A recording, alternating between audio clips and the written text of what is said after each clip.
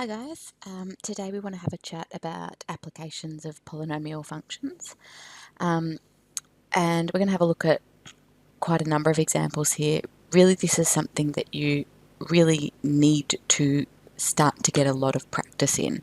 These application questions, to some extent, are quite formulaic, and you want to get used to the sort of phrases you'll see, the sort of questions you're going to be asked. And become more and more familiar with those. As I've said to you before, application analysis style assessment makes up a really big proportion of your assessment in Year 12, and it's really important that this gradually starts to become a bigger and bigger focus of your work through Year 11. As I've said in the past, the focus in Year 11 is a bit more aimed towards the building and developing of skills, solving, graphing, learning algebraic skills and being able to execute those. But the more we can then push that knowledge and understanding of those skills into that application and analysis kind of area, the stronger position you'll be in going into next year. So as I said, every term in Year 11 we do an analysis task, a common task, and those are application and analysis style questions, starting to get you familiar with this. So as it says here, usually your application questions will appear in section 2 or exam 2 when you have CAS. So the other thing we want to start to build up is our efficient strategies around CAS use with these kinds of questions. In particular, some things to be thinking about early on here are, would it help to define the function? So if you have some sort of function that you're going to then do a lot of things with, define it first. It's going to make everything you do after that more efficient. You might define that using define, menu 1.1 in your CAS, or you might sketch a graph first, and in sketching the graph, you create a function definition, f1 of x, f2 of x, etc. It's also about appropriate use of CAS and making good decisions. Like, do you actually need your CAS to draw the graph of the equation that you've ended up with? Or actually, is it something you can do quickly and easily by hand? Could you draw bits of it by hand, but perhaps use your CAS to find the turning point or something that's a bit more complicated? So meshing those two things together. The only way you're going to get better at making good decisions around your CAS is to practice questions where you need to make those decisions. I cannot stress enough, if you think you're a master of the skill-based things, application questions, the extended response sections of each of the chapter reviews, the more of those you are able to do, the better off you're going to be next year. Again, the other thing is to think about our tendency at this point tends to be to use the graph to think about answering the questions. In your CAS, quite often it's more efficient and more accurate to use the calculator screen to find key features of graphs. So we'll talk about that through some of the examples. When you use your CAS, the most important thing is, what am I going to write down on the paper? What you've got to think about is you're still being assessed. The question's still going to be worth 1 mark or 2 marks or 3 marks. If it's worth more than 1 mark, you must write down more than an answer. Okay, so what are you going to write down? So a couple of things I want you to be aware of. You should never write CAS syntax on the paper. So by that I mean solve bracket equation comma x bracket. Okay, that's not maths. That's the language of your TI brand of CAS calculator. A different brand might use a slightly different syntax. So that's the language that you talk to your CAS with. That's not mathematical language, and we're not writing that down. If you're using your CAS in any assessment, we understand that you have the CAS. So if you're solving an equation and you have a CAS available to you, in terms of what you would write on the paper would be the equation and then the answer. We understand that you've obviously used your CAS to solve the equation. There's no other process. In having found the solution, you've clearly solved. You don't need to tell us that you've solved. You don't need to tell us that you've solved for x, because when you wrote x equals something, you clearly solved for x. Okay, so we don't write down CAS language on the paper. We write accurate, correct mathematical language and notation. The other two important instructions I want you to be aware of that appear on all maths methods assessments in the instructions to students are these two things. In all questions where a numerical answer is required, an exact value must be given unless otherwise specified. An exact value doesn't mean lots of decimal places, okay? For example, if the answer is pi, the only exact way to write pi is to write pi. You don't write 3.142 and 20 decimal places of pi. It's still rounded off to the 20th decimal place. Okay, it's not exact. So you write pi. If your answer is 1/3, you don't write 0.33, you write 1/3. Or you could write 0.3 recurring. That would still be exact. Exact doesn't mean you can't use decimals. For example, if your answer is 0.25, 0.25 is exact. It's exactly equal to 1/4. Okay, write 1/4, write 0.25. It's the same thing. It's exact. It's not rounded off. Okay. So you don't want to give a rounded answer unless you've been told to round the answer to 2 decimal places or 3 decimal places or 1 decimal place or whatever it might be. And in that instance, you must round it to that level of accuracy. Okay, so starting to take real care about how you answer the question. The next one that's on all maths methods assessments is this. In questions where more than one mark is available, appropriate working must be shown. You must learn to read the mark scheme. If a question is worth 2 marks, you're going to need to write more than an answer. As a hint, if a question requires that you solve an equation, it will be worth 2 marks, and you will need to write down the equation and then give the answer. Okay, I'm talking in application problems where it's not a question that says solve this equation. You wouldn't be asked that in a CAS assessment. But if the question asks you to find something that's going to require you to make your function equal to 50, then you need to write down that equation, okay? All right, so let's move on to some questions. Polynomial application questions tend to fall into one of 3 categories. Questions where you get the equation and you're then just finding out things about it. Simple. Define the function, do all the things you need to do with it. 2, questions where the rule must first be generated from the context. These are the harder ones. You have to be able to formulate the equation, okay? The challenge is in the formulation of the equation. You will need to do that, and we'll talk about some specific often language that appears in these kind of questions and the sorts of structures we need to follow. The third one is where questions must be generated from data. So 3 coordinates for a quadratic or 3 pairs of coordinates for a cubic, for example. That's not to say in an application question you probably won't get that as, here are 3 points, find the equation. So you need to be able to interpret the question type. Right, oh, I see, this is a question where actually, while there's context around it and it's about time and height or whatever, I actually just have 3 points and I'm finding the equation of a parabola. Great, I can do that. So again, being able to break the problem down to, oh, this is a problem that's just asking me to find the turning point. I can do that by getting my quadratic in turning point form. Oh, this is a question that's asking me to find the equation of quadratic given 3 points. I can do that. Okay, so thinking through actually what's the maths behind the application. What would this be if it had no context? What would this question be asking me to do? Sketch the graph, find the turning point, find the equation of the line given these 3 coordinates. Okay, getting it down to that point is what's the important skill to be developing here. Okay, let's get on to some examples. So category 1 examples where you get the equation, okay? In a game of volleyball, a player serves a sky ball served from the back of a playing court of length 18 metres. The path of the ball can be considered to be part of the parabola, and you've got the equation there, where x metres is the horizontal distance travelled by the ball from where it was hit, and y metres is the vertical height of the ball above the ground. Okay, now I might choose to define this function first in my CAS. I can see the first thing I'm being asked is about the maximum height.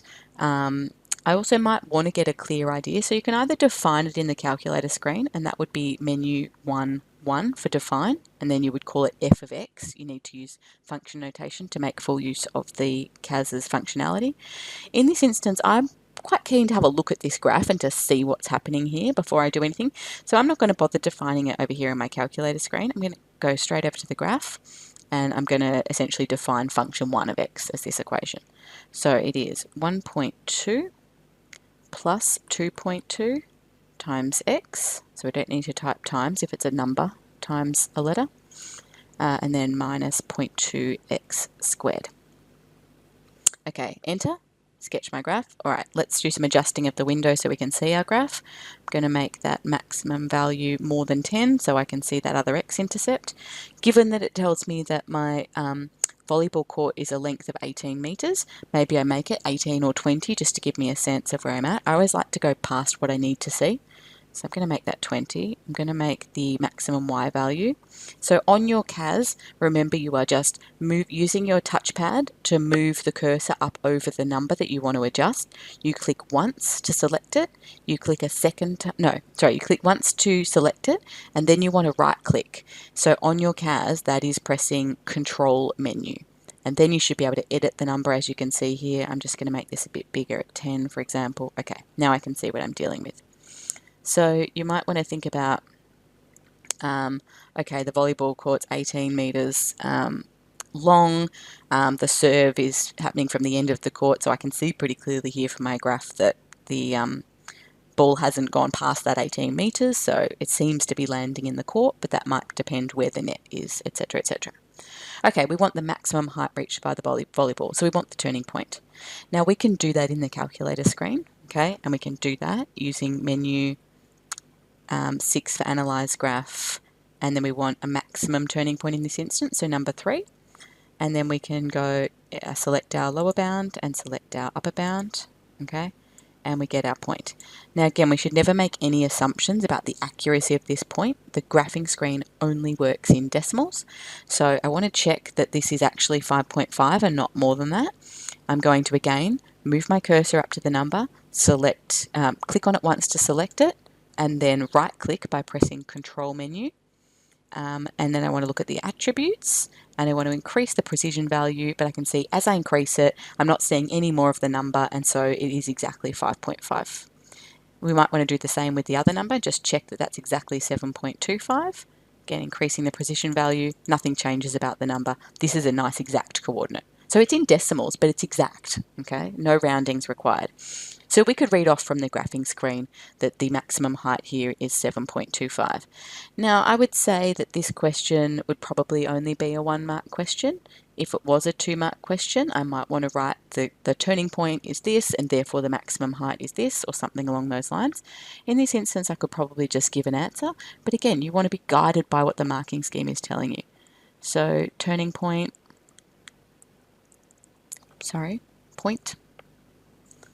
turning point has coordinates of 5.5, 7.25, and so therefore maximum height. Now in an application question you want to think about units.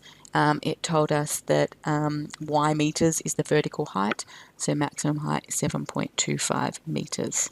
That's quite a high volleyball serve. I guess it said it was a sky ball. The other way you could find that point would be to I prefer not to use Analyze Graph too much in the graphing screen. It's quite fiddly, especially on your handheld CAS. So what I probably would have done was sketch the graph. In doing so, I've now defined the function. And then I would go back over to my calculator screen, and I know that if it's a quadratic function, I can find the turning point by converting to turning point form. So I would go menu 3, 5 for complete the square. Which will convert to turning point form. Now again, I don't need to type out my equation. You should never be typing the same equation more than once in your CAS. I've defined it on my graphing screen. It's function 1, so I would just want to complete the square for function 1 of x. You'll notice as I typed F1, it went bold, and that's because it's telling me I'm accessing something you've got stored in function 1, which is what I want. Complete the square needs comma x as well. We press enter, and then we can see our equation in turning point form. So this equation in turning point form is y equals negative 0.2 x minus 5.5 squared plus 7.25. Okay, so turning point is 5.5, 7.25. Great. Maximum height, 7.25 meters. All right, then it says, let's go back over to our graph. The net is 2.43 meters high and is placed in the center of the playing court. Okay, so the center of the playing court, given the playing court is 18 meters long, the center will be when x is 9. Okay, Show that the ball clears the net and calculate by how much, giving your answer in meters correct to 2 decimal places. Okay, so we want to know when x equals 9, what is the height of the ball to see whether it is higher than the 2.43 meter high net. Okay, so in this instance, we're looking at when x is 9, or if we've defined a function, we could refer to it, and sometimes it's easier if the question has called it f of x. So up here I might just note I'm going to let f of x equal 1.2 plus 2.2x minus 0.2 x squared. Now I know it's f1 of x in my CAS, but that doesn't matter. This is just what I'm going to write on the paper. So the easier way then to be able to say I want to substitute x equals 9 into that function is to be able to then say f of 9. And that's why actually it's much easier if the question gives the equation to you in function notation. Otherwise you have to write when x equals 9, y equals 1.2 plus 2.2 times 9 minus 0.2 times 9 squared. But f of 9 means the same thing. So we just want to work out f of 9 with our calculator. So again, I'm going to tab over to my calculator. In my CAS, it's f1, so f1 of 9. Enter. Okay, so that is 4.8. Okay, so therefore the ball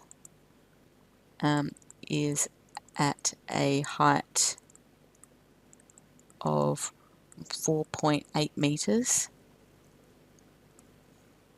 when it crosses the net.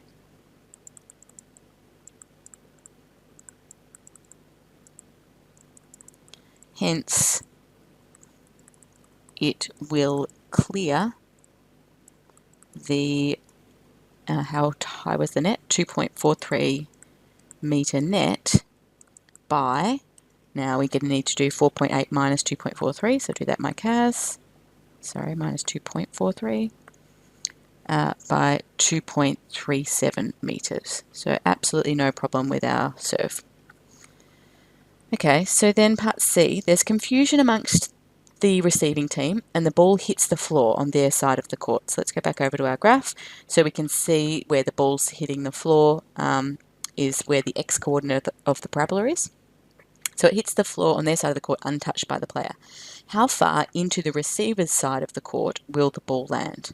Okay, so remember our net is at the 9 meter mark. So we want to work out where that x-intercept is compared to where the net is at 9 meters. Okay, so we need to find the x-intercepts. Now this requires solving an equation. This question would be worth at least 2 marks and probably 3. Okay, so the first question here is going to be about finding the x-intercepts. So f of x equal to 0. So again, you don't need to write out the equation. That's the advantage of the function notation. So f of x equal to 0, we'll get our CAS to do that solving. I don't need to tell anyone I'm solving. It's very clear that's what's happening. So menu 3.1, we're going to solve f of x equal to 0 for x. Oh, sorry, f1 of x. My apologies. In the CAS, we've got it as f1 of x. Okay, and we find that x is approximately equal to, now we're really only interested in the positive one because it's a distance, 11.52. Technically speaking, if you're ignoring a solution, you should sort of note why you're ignoring a solution. Okay, and that's because x has to be positive in this instance. Okay, it can be 0. The ball's not travelling backwards. That's not what the model's about. Okay, so it lands in the court 11.52 meters from where it was served. Okay, we know the net is 9 meters from where it's served, and so therefore the ball lands, so it'll be 11.52 minus 9, so that is going to be 2.52 meters into the receiver's court.